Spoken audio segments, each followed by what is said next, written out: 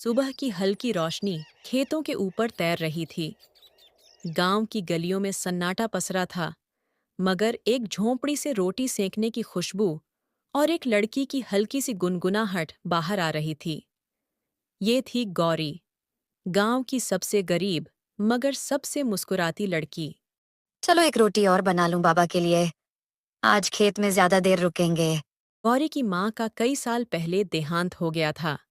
उसके पिता रामधारी गांव में मजदूरी करते थे और एक छोटी सी झोंपड़ी में अपना जीवन गुजारते थे।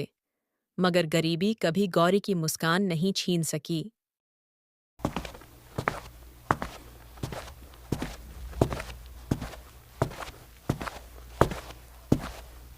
गौरी जल्दी कर, स्कूल की घंटी बजने ही वाली है। आ रही हूँ अंजलि। सिर्फ बाबा की रोटी दे दूं फिर चलती हूँ। गौरी और अंजलि बचपन की सहेलियां थीं। अंजलि का घर थोड़ा बेहतर था, मगर दिल दोनों का एक जैसा था, सच्चा और साफ। गौरी स्कूल जाती थी, वहीं एक और शख्स उसकी जिंदगी में धीरे धीरे जगह बना रहा था, राजीव, गांव के मास्टर जी का बेटा, पढ़ाई में तेज और दिल से शांत। राजीव की नजरें जब भी गौरी पर पड़तीं, उसकी आंखों में कुछ खास चमक आ जाती थी।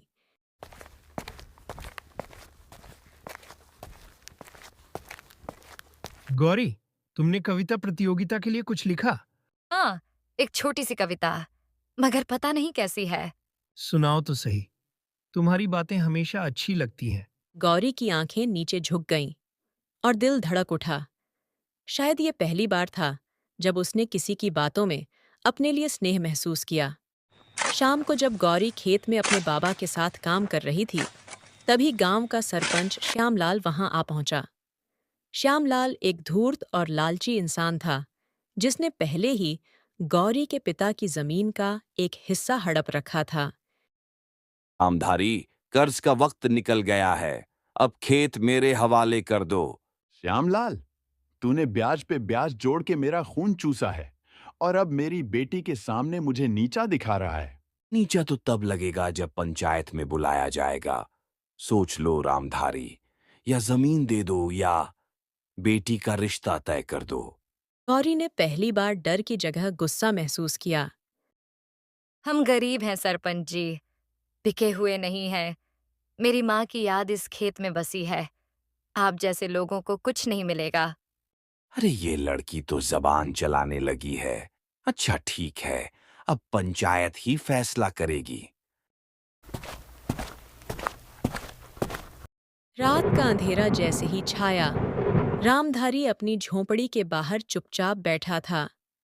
आंखों में चिंता और दिल में डर था। मगर गौरी के अंदर अब एक जिद जाग चुकी थी।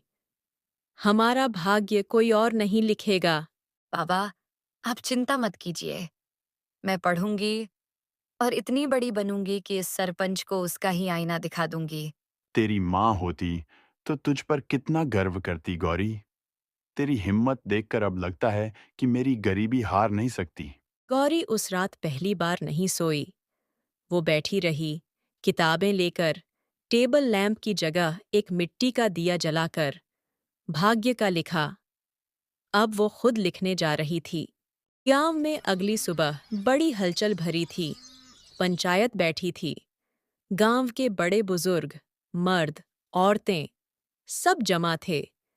बीच में एक चौकी, जिस पर सरपंच श्यामलाल बैठा था, और सामने रामधारी और गौरी।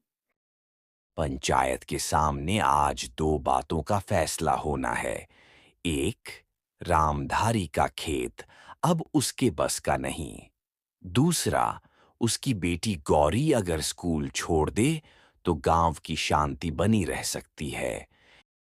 बिल्कुल सही कह रहे हैं सरपंच जी। गांव में ज्यादा पढ़ी लड़कियां मुसीबत बन जाती हैं। गौरी की आंखों में आंसू थे, मगर वो कांप नहीं रही थी। उसके अंदर कुछ टूट रहा था, लेकिन उससे भी ज्यादा कुछ बन रहा था। एक जिद, एक आग। क्या लड़कियों का पढ़ना पाप है? क्या गरीबी हमारा गुनाह है? मैं स्कूल छोड़ सकती हूँ, लेकिन अपने सपने नहीं।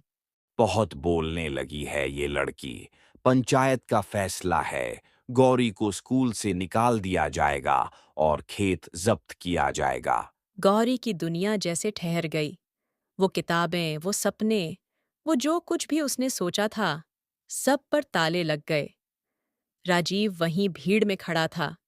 उसकी आंखें मिलीं गौरी से, मगर उसने कुछ नहीं कहा, बस सिर झुका लिया।